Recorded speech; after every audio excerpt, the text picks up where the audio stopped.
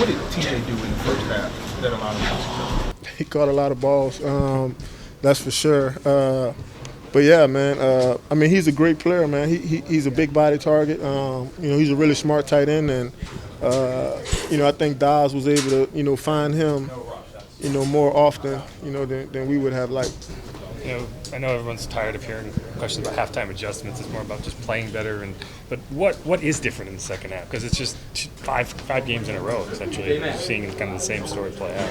Yeah, I think it's us just kind of being, I guess tired or, fed up of, not really executing. I think that's really, what it's all about. You make minor adjustments at halftime. You don't change your whole game plan. But every now and then, coach stands in front of you and, he's screaming and hollering and, he's just telling you to do your job, right? And I think we do a better job of, responding to that, in the second half. So maybe should have that yelling conversation early on, for sure. See if it works. Tyrann, sorry if you've already been asked this, but what did you make of Jameis Winston's performance coming in and at least making it a game? Yeah, man. Really proud of him, for sure. He's a true professional. He's the same guy, each and every day. And, for him to kind of step in today, back against the wall, I think we were down, maybe 2 or 3 scores at the time. And, for him to come give us a spark, I know it probably wasn't how he wanted it to end today, but, he definitely put us in position to try to, win the game today. So, hats off to him, man, for really always staying prepared and ready. And, but yeah, man, that was a huge spark for us. We needed it. At the end of the day, another tough loss. What was maybe Dennis Allen's message to you guys in the locker room after the game, if you can share it?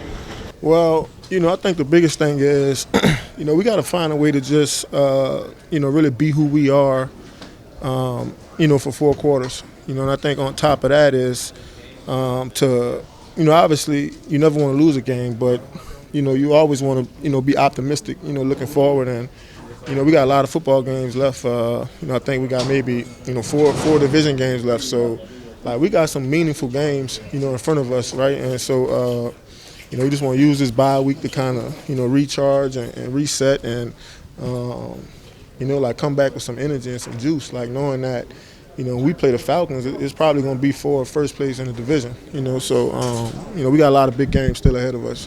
We just had a chance to talk with Malcolm Roach, and he was pretty emotional, just the frustration of the defensive line, just trying to get there. But to see that emotion and that there's still that care that this is a team who can get there. So guys don't feel like a 5-5 team. What do you make of that? Well, I think that's who we are. You know what I mean?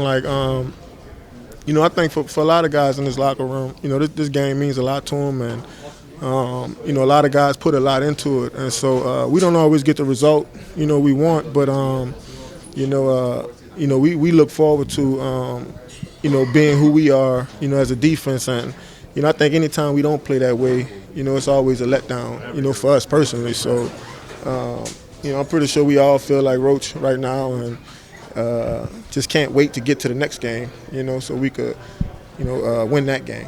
What do you guys feel like you can accomplish in the bye week?